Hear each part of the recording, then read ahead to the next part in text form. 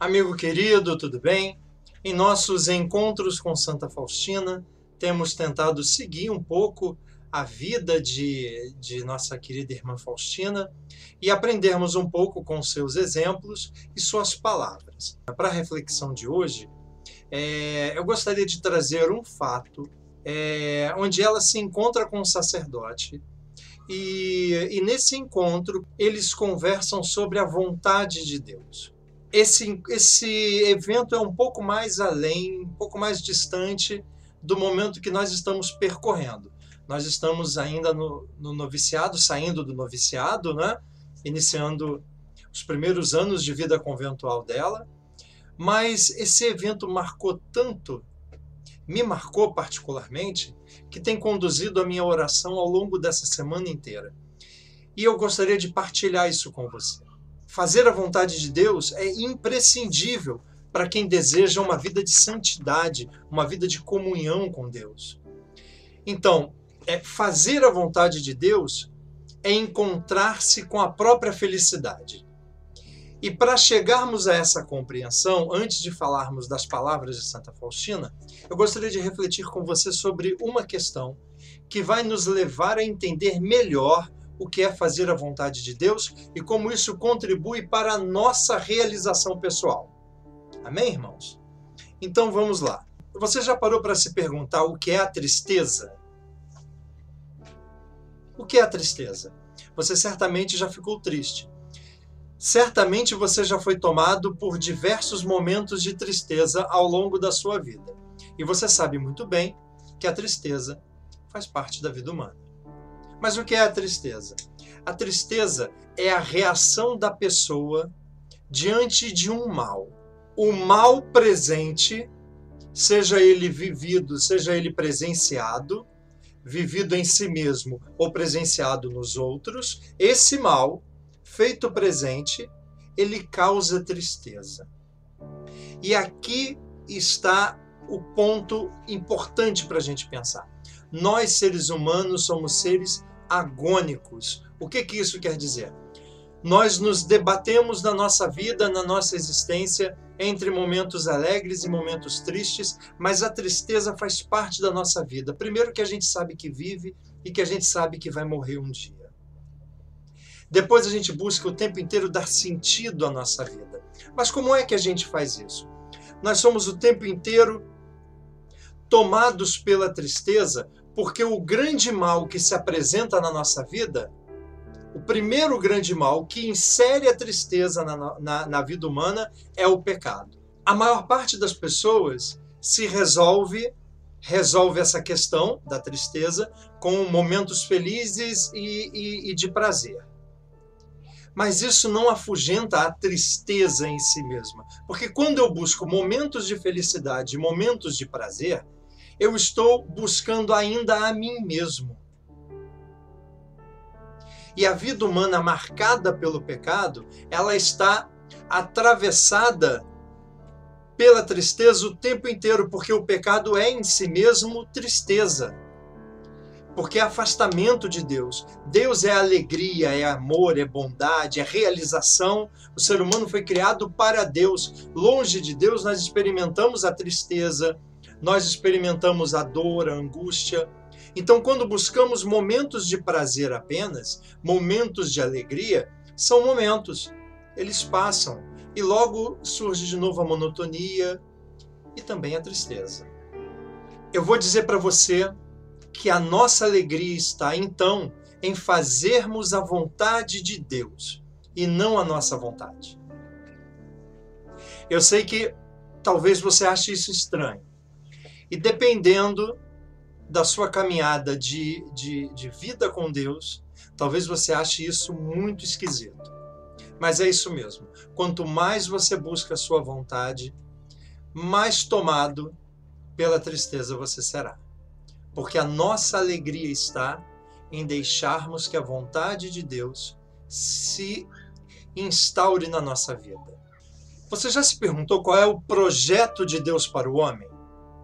O projeto de Deus para o homem e a mulher? Se você tomar a Sagrada Escritura, você vai ver que o primeiro homem e a primeira mulher, essa imagem dos primeiros homens e das primeiras mulheres, que é Adão e Eva, eles recebem de Deus a terra. Deus diz: dominai. Homem e mulher dominam então a terra, mas eles não dão o segundo passo, porque quando Deus entrega tudo para os homens, ele entrega tudo para os homens para que os homens devolvam tudo a Deus. Mas o homem marcado pelo pecado, ele recebe tudo de Deus, mas ele não devolve para Deus. Ele se apropria das coisas que ele recebe. Apropriando-se das coisas que ele recebe, o homem vive a experiência do distanciamento de Deus. Também a experiência do distanciamento do outro, porque na medida que eu tenho coisas que eu acho que são só minhas e são propriedade minhas, eu devo defendê-las de alguém. Percebe que isso também é distanciamento? O pecado nos distancia de Deus, mas o pecado também nos distancia do outro como eu. E isso é fonte de preocupação, porque se eu tenho coisas a defender, eu tenho que me preocupar com elas. Porque tudo pertence a Deus, inclusive nós mesmos. Mas o homem se apropria das coisas. Ele não oferece nem a si mesmo e nem as coisas. O pecado, então, nos afunda no individualismo, não na individualidade, porque somos únicos, mas no individualismo. E esse individualismo nos fecha para a presença do outro e para a presença de Deus. Estamos, então, marcados pela tristeza. E quando temos que ofertar as coisas, parece que fazemos a oferta de Caim, não é? Ofertamos sem querer ofertar. A gente entrega sem querer entregar. Essa é a marca do pecado em nós, que nos afasta de Deus e nos afasta do outro. E aí Deus, aos poucos, ele vem nos incitando a fazermos o que deveríamos ter feito desde o início, entregarmos tudo a Deus, inclusive a nossa própria vontade. Deus chama Abraão, Abraão sai da sua terra, vai para onde Deus manda que ele vá. Ele abre mão do seu conforto, da sua comodidade para fazer a vontade de Deus. Ele oferece seu próprio filho. Deus institui o sacerdócio da antiga aliança para que faça sacrifícios e, sacrificando animais, ofertam esses animais a Deus. Mas, obviamente, Deus não quer os animais como Deus não quis a oferta de Abraão, que é seu próprio filho, porque o que Deus quer que nós ofertemos é a nossa própria vontade. A vontade que Adão não ofertou e apropriou-se das coisas para si. Ele não entregou o coração a Deus. Ao longo da história da salvação, Deus vem suscitando homens e mulheres para que entreguem seu coração. O exercício de ofertar animais é, no fundo, um exercício de oferta de si mesmo. Ofertamos algo fora de nós para que um dia aprendamos a ofertarmos a nós mesmos. Percebe, querido? O que Deus quer não são coisas. Deus quer o nosso coração. Então Deus se faz homem, assume a nossa natureza humana, porque nós, por nós mesmos, não seríamos capazes de voltar a Deus, nem compreender a sua vontade. Então Deus se faz homem, assume a nossa natureza humana e Ele faz o sacrifício de ofertar não uma coisa, mas ofertar a si mesmo. E ofertando a si mesmo, Ele entrega também, junto com a sua humanidade, toda a humanidade ao Pai. Ele redime toda a humanidade na sua humanidade. Jesus, ele como o novo Adão, não retém nada, não guarda nada para si. A sua vontade é fazer a vontade do Pai. Ele redime a humanidade na cruz e eleva a humanidade consigo aos céus. E desde então a porta do céu está aberta para todos que, como Jesus, aprenderam a fazer a vontade de Deus, ofertaram a sua vida, carregando sua cruz, entregaram tudo aquilo que tinham para que Deus manifestasse a sua vontade. Jesus hoje nos chama a reencontrar a alegria perdida. E essa alegria perdida não está na nossa vontade, não está em momentos alegres, está na realização da vontade de Deus. Então, Santa Faustina, no encontro com esse sacerdote, ela descobre que existem 3 graus de proximidade com a vontade de Deus. E eu gostaria que você prestasse muita atenção para ver onde você está e o que você deve, então, fazer para progredir nesse caminho de santidade. Veja só, no número 444 do livro, nós vemos o seguinte: o sacerdote disse-me estas profundas palavras, de que existem 3 graus no cumprimento da vontade de Deus. O primeiro é quando a alma cumpre tudo o que está exteriormente determinado pelas ordens e regulamentos. Esse é o primeiro grau para a gente fazer a vontade de Deus. Quando a gente aprende a cumprir tudo aquilo que Deus nos pede. E o que Deus nos pede? Leia a palavra de Deus. O básico que Deus nos pede, os 10 mandamentos. Amar a Deus sobre todas as coisas. Honrar pai e mãe. Não mentir, não roubar. Não desejar as coisas alheias. Guardar domingos e festas. Estar todos os domingos na Santa Missa. Quando a gente faz isso, nós estamos no primeiro grau de santificação. Cumprimos os nossos preceitos regularmente. Mas só isso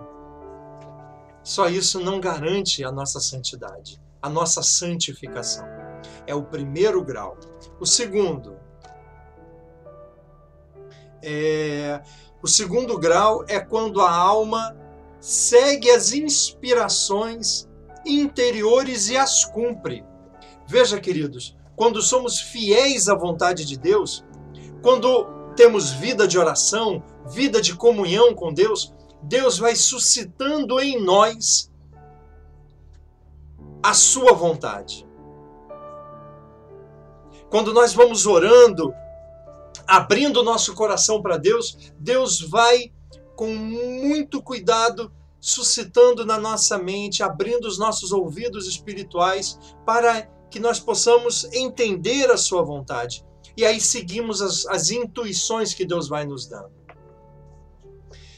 Eu lembro que quando eu era adolescente, bem no começo da minha caminhada de conversão, continuo me convertendo todos os dias, mas bem no início da minha caminhada de conversão, eu lembro que, caminhando pela rua, eu passei por um mendigo. E ele, muito assim, maltrapilho, ele me estendeu a mão e me pediu um dinheiro. E eu tinha alguns trocados no bolso, era assim, o dinheiro para o meu ônibus, para eu voltar para casa. E no meu coração eu senti muito forte Deus falando assim: entrega teu dinheiro para ele. E eu só tinha aquele dinheiro para voltar para casa. E a minha mente dizia assim: que bobagem, eu preciso voltar para casa. Esse dinheiro não vai mudar a vida dele. Mas no meu coração, eu sentia que eu tinha que entregar o dinheiro para aquele rapaz. Pois bem, eu coloquei a mão no bolso e voltei, porque disso de fazer e não fazer, é Deus, não é Deus, eu já tinha passado por ele. Eu botei a mão no bolso, contei o dinheiro, vi que realmente tinha só a passagem.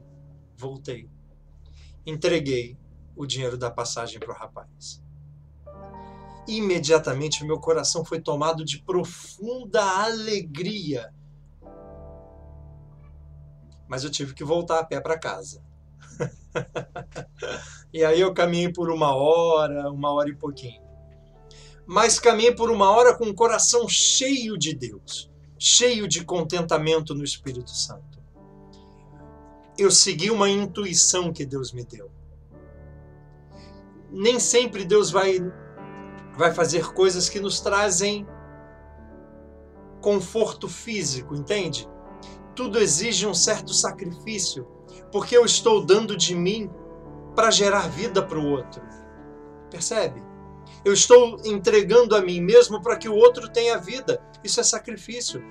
E a gente vai percebendo cada vez mais que isso é possível quanto mais a gente tem vida de comunhão espiritual com Deus. Quanto mais a gente ora, quanto mais a gente estreita nossos laços com Deus, mais Deus vai intuindo em nós, no nosso coração, a sua vontade. Segundo passo, realizar, colocar em prática as intuições que Deus vai suscitando no nosso coração. E o terceiro passo, lembram do primeiro? Primeiro passo para fazer a vontade de Deus, cumprir as normas da igreja, as regras da igreja. Segundo passo, obedecer às intuições que Deus vai suscitando no nosso coração. Terceiro passo é esse daqui. O terceiro grau é quando a alma, entregue à vontade de Deus, deixa a Deus a liberdade de dispor dela, e Deus faz dela o que lhe apraz, sendo assim um instrumento obediente em suas mãos. Esse é o terceiro grau. E confesso a você do quanto isso é difícil, mas o quanto isso nos santifica. Deixar que a vontade de Deus se manifeste na nossa vida, independente da nossa vontade. Que seja Deus fazendo aquilo que Ele quer, que seja Deus suscitando em nós a sua vontade e não a nossa. Queridos, isso é um caminho de santificação para nós e para a nossa família, para a sua casa. É Deus que deve se mover em você e na sua família. E quando aprendemos a fazer a vontade de Deus, a gente faz aquilo que Adão não fez. A gente oferta a Deus a nós mesmos. Tudo recebemos de Deus. Devemos devolver a Ele as coisas que recebemos, acompanhadas do nosso coração. Nós vamos orar agora pedindo que Deus nos eduque para aprendermos de fato a realizar a sua vontade, a ponto de que não sejamos meros observantes de regras, a ponto de que não sejamos apenas aqueles que intuem e fazem pequenas intuições daquilo que Deus suscita, mas que nós possamos realizar na nossa vida tudo aquilo que Deus quer que nós façamos. E vou dizer para você, não existe outra vontade melhor que a vontade de Deus, porque a nossa vontade, ela está marcada pelo pecado. E por isso, nossa mente está obscurecida pelo individualismo, pelo egoísmo, pela necessidade de autorrealização, de autoafirmação. Deus nos chama a ofertarmos tudo isso a Ele, para que na nossa vida se manifeste a vontade dEle. E a vontade dEle é sim a nossa felicidade. Se você ainda não compreende isso, convido você a rezar mais, a ler mais a palavra de Deus, porque você precisa entender mais de Deus. Se você já está compreendendo isso, faça esses passos comigo, para que nós possamos alcançar a santidade de Deus, porque ali está a nossa alegria e a nossa realização. Vamos rezar? Pai querido, em nome de Jesus nós te pedimos, manifesta na nossa vida a tua vontade.